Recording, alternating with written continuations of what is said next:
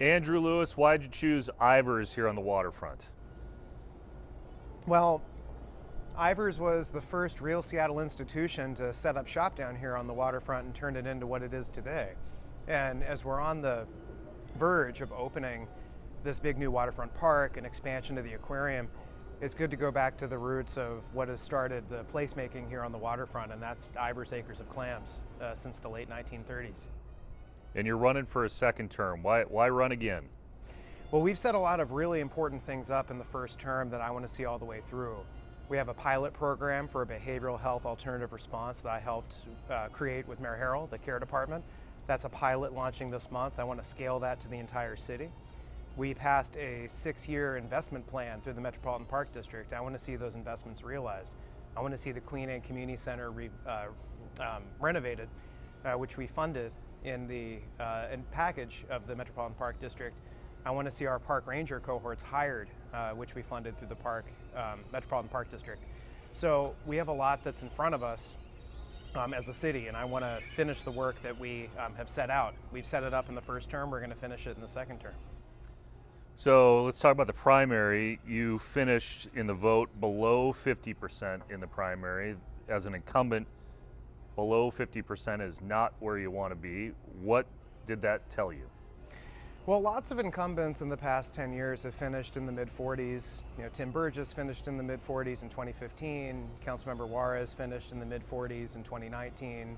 When you have a number of competitive candidates, and in my primary, like my opponent who got through obviously spent a lot of money, was organizing. My opponent, Olga Sagan, good friend of mine, she was campaigning really hard. So when you have a lot of competitive candidates in a primary, everyone's going to get some vote share. I feel good about where we are, and we're campaigning hard and taking nothing for granted, and we're going to keep spreading that message. But based on where a lot of incumbents have been in recent history, I think we're well positioned to win this race. There's a phrase that's been kind of tagged to you over the last 4 years since you've been in office, that based on your voting record, you're a flip-flopper. When people call you a flip-flopper, say they can't trust you on a vote, how do you react? I don't always accept the bicameral or the two choices that are put in front of the council, because sometimes there's a solution that can reconcile a bigger coalition. So sometimes that doesn't lend itself to just accepting what's been put forward and doing a yes or no vote. In all of these situations where I've held up a process to work on building consensus for a workable policy, we've produced a better policy. So I'm going to stand by that record of fighting to make good policy on alternative response, fighting to make good policy on our response to the opioid epidemic, fighting to broaden our investment in parks and open spaces to keep our parks clean, safe, and open. And presiding over those processes sometimes requires throwing an elbow and bringing people to the table to make the kind of concessions for workable policy that move things forward. Cinerama, another good example of that. So we're going to keep up that work on the council, and I focus on outcomes, and if the process isn't producing the outcome we need, I'm going to change that process. That was a very long way of saying you don't believe you're a flip-flopper. No, I don't. So let's go back to some of these votes. Summer of 2020, you pledged to support cutting the police department by 50%, backing decriminalized Seattle, King County equity now. In a tweet, to be clear, I'm 100% in favor of the decriminalized Seattle demands, including the goal of a 50% cut of SPD's budget. Then you voted to override the mayor's vetoes on that. Do you regret those votes?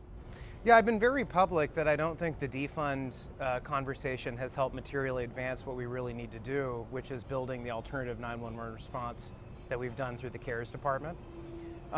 Even back in those times, like, my position was very clear. We can have a conversation about defund 50%, but that conversation has to be about building something new, not just taking away from the police department and unilaterally cutting the police department. There was never a vote to defund the police department 50%, but I couldn't get behind that if it's not going to be replaced by anything. You can't just cut police and not replace them with something. So that's not something that we did in 2020.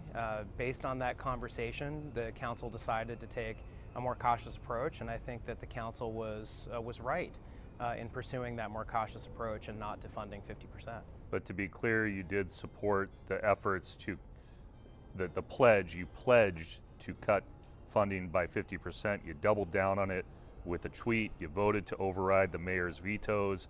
You had a photo taken of you up by the East Precinct, and all of this comes into the conversation. People in your district who are worried about policing say that the message was sent by the city council that police are not needed in this city. Do you believe in your mind that the message was sent by those votes that police are not needed and that there has been a connection with the rise in crime in this city? I don't think that there's been a connection with the rise in crime in the city. I do think that some of the voices that were contributing to the conversation focused more on reducing the amount of police and not on adding alternative services, did detract from our progress on public safety. What we need to really be focused on is what we've really centered in our collaboration with Mayor Harrell on advancing the work we're doing around the care department and expanding civilian 911 response. And that is the course that for the last 3 years the city has been directed toward. The City Council has fully funded the police hiring plan every single year, including in 2020.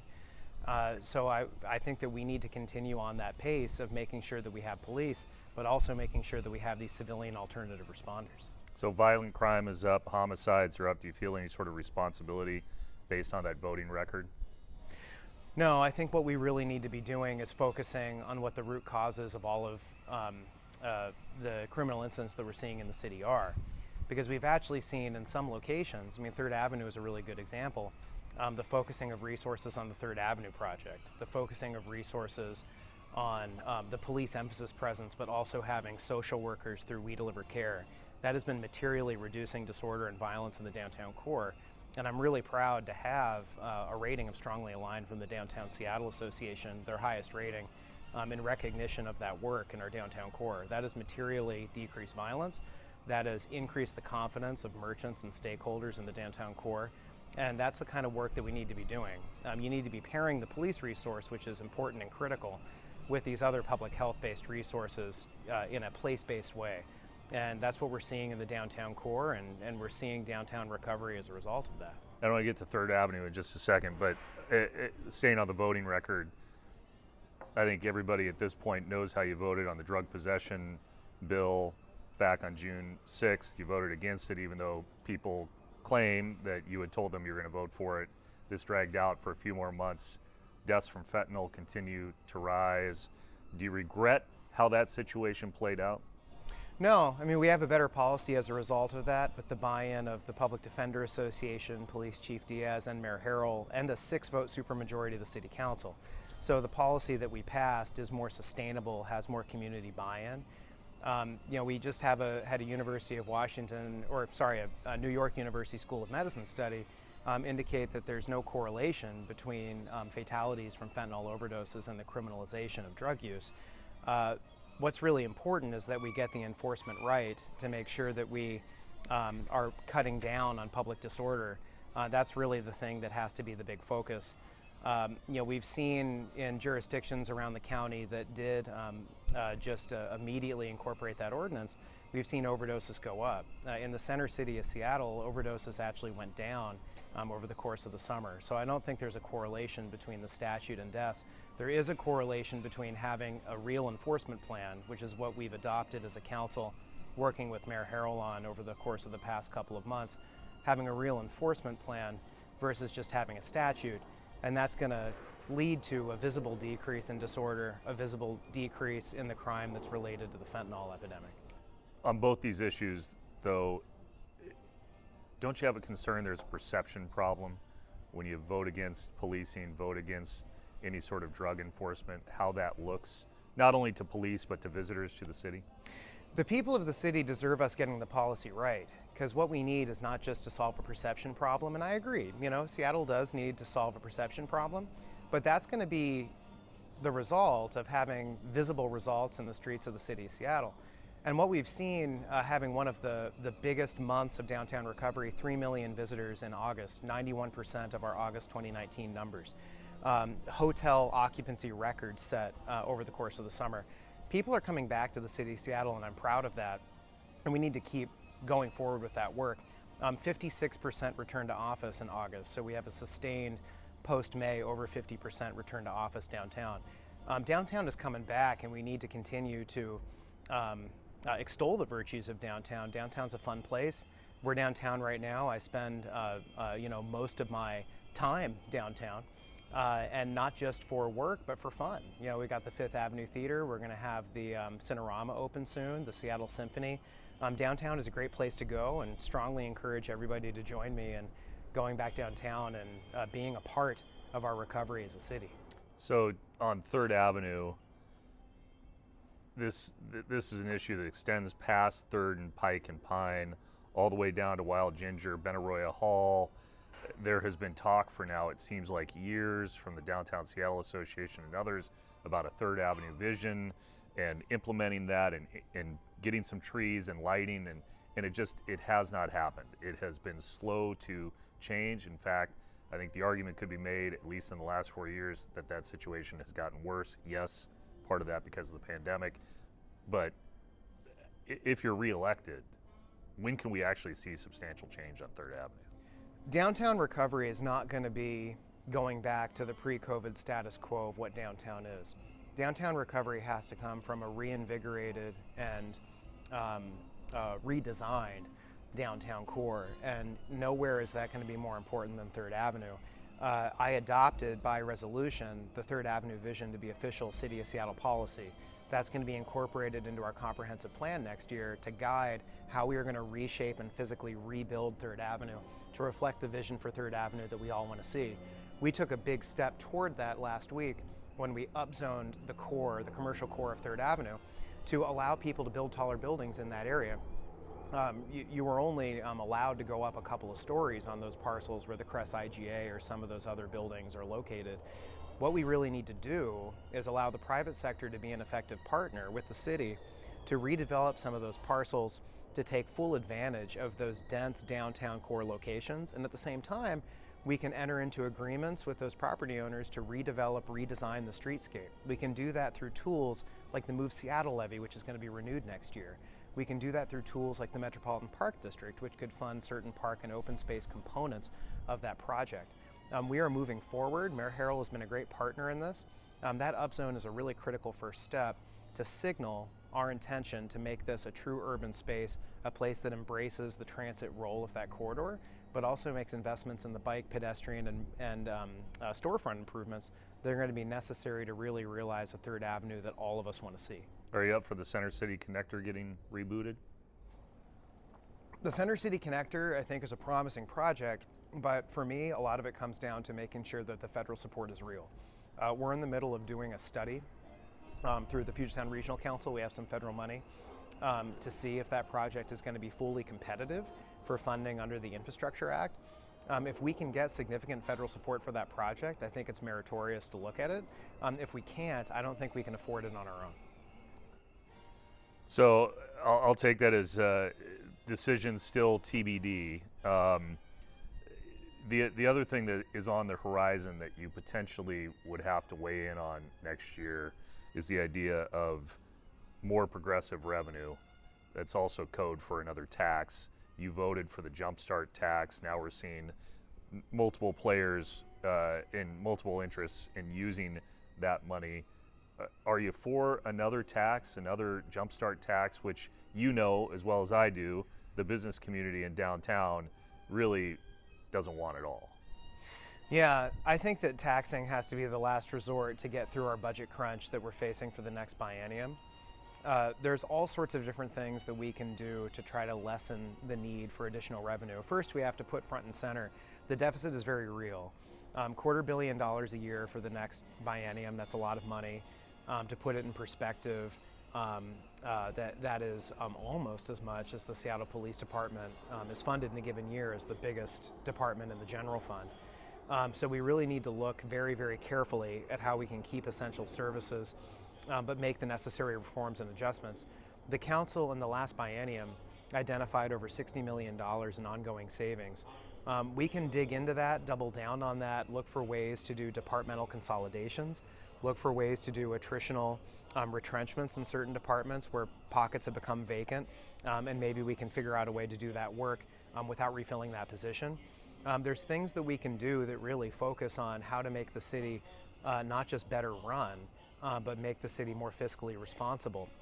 We can also look, as you alluded to, Chris, we have these other sources of funding that we didn't have before. Jumpstart Seattle brings in well over $200 million a year. We have had some portion of Jumpstart go towards supporting the general fund in every single post-Jumpstart budget that I voted on. That has always been an exception. In some cases, it's been in the form of a loan. I think at this point we should look at making a certain portion of the Jumpstart funding permanent support for the general fund. I'm not committing to an exact number right now on what that would be. That's something we'd have to consult with our partners on, because Jumpstart is doing really critical work in being another leg of the stool for funding more affordable housing. Hundreds of millions of dollars in affordable housing investments over the last several years. It's one of our biggest sources of funding for Green New Deal investments. Some of the work we're doing to make our community centers all decarbonized and climate resiliency hubs, some of that money is coming from the Jumpstart Fund. So these are priorities that we have to maintain and that we have to hang on to. But we also have to acknowledge that Jumpstart is bringing in more money than we thought it was going to bring in when the tax was originally passed. Some of that support should be going to support the general fund and the essential services in the general fund as we are looking towards these looming challenges and with the deficit. Only after we've done all that work can we, with any credibility, look at any new revenue. And I think that we should be very cautious about pursuing additional revenue in the next budget. Yeah, what about the argument, you've seen the op-eds, that the council and the mayor have a spending problem, that this anticipated deficit is actually 85% of that are projected raises for labor, that it's a really nebulous and loose number that's being used to talk about this deficit.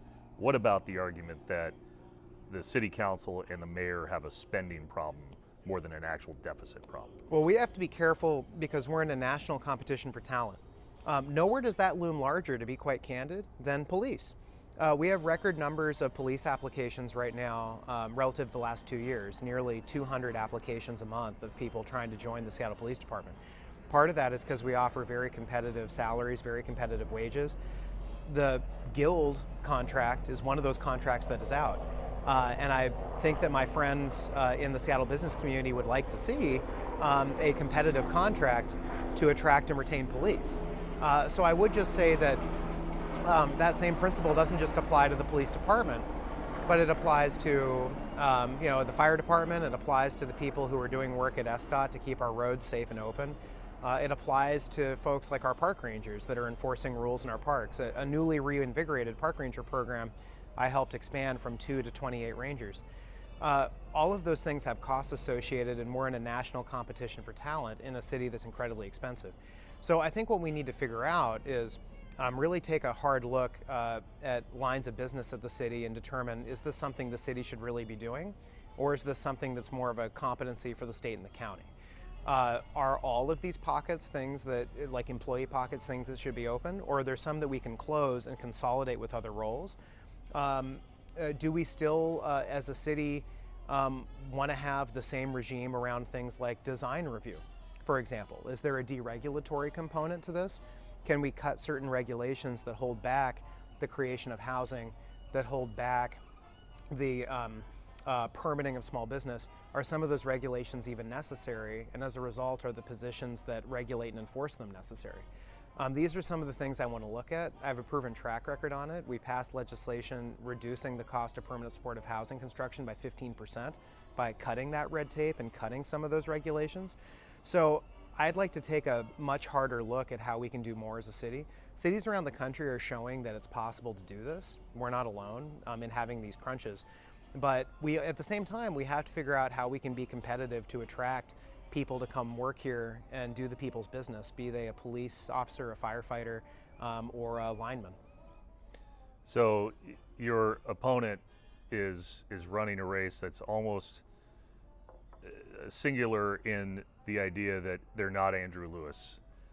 You mentioned Olga already. She ran in the primary complaining about the crime downtown, and she wasn't happy, at least in the primary cycle, with you. So Why do you think you're better than Bob Kettle here in this general election? Well, look, I'm an incumbent. I'm running again. I have a record, and that record has, certain things that folks have concerns about that we've discussed here today. It's also a record in a lot of areas of very significant achievement. Biggest renovation of the Queen Anne Community Center since its construction in 1950. Dramatic expansion and reinvigoration of our park ranger program from 2 to 28 rangers. The creation of the new care department in collaboration with Mayor Harrell to send civilian behavioral 911 or behavioral mental health clinicians to 911 calls related to those calls for service. The first ever dedicated funding for Vision Zero physical improvements. If you want a council member who can get things done, I have a demonstrated track record of doing that. I think there's also a burden on an incumbent, there's a burden on an incumbent to make the case for their reelection. There's also a burden on a challenger to make a case about what they do differently, and I haven't really seen a lot of specifics out of my opponent. You're a young guy. You could go do a lot of other things. I've seen the insults flying at you inside council chambers. Why put yourself through this again? Well, like I said at the beginning, we set a lot of really important initiatives up during a very difficult 4-year period. There's a lot of things that I want to continue that momentum for, right? Like we've gotten an upzone on 3rd Avenue and plans to implement the 3rd Avenue vision. We have funding in place to finally rebuild the Queen Anne Community Center. We have a pilot in place that's hitting the ground this month to respond to behavioral mental health calls. We need to scale all those things. We need to finish that work. These aren't projects that can be completed in a single term, but I think they are projects that with stick-to-itiveness, we can complete over the next 4 years with the work that we've done to set them up. And that's what I'm running for. I have a 10-month-old daughter. I want to make a city where she can aspire to home ownership, to live here, to put down roots, to raise a family, where she can dependably have parks that are clean, safe, and open, and where she knows that when she calls 911, she's going to get a quick and efficient response from a relevant responder. That's why I'm running for re-election to the seat, and that's the work I'm going to continue to do. Andrew Lewis, thank you for sitting down with me. Not joining me for clam nectar, Chris? No clam nectar. It's a Northwest tradition. No clam nectar.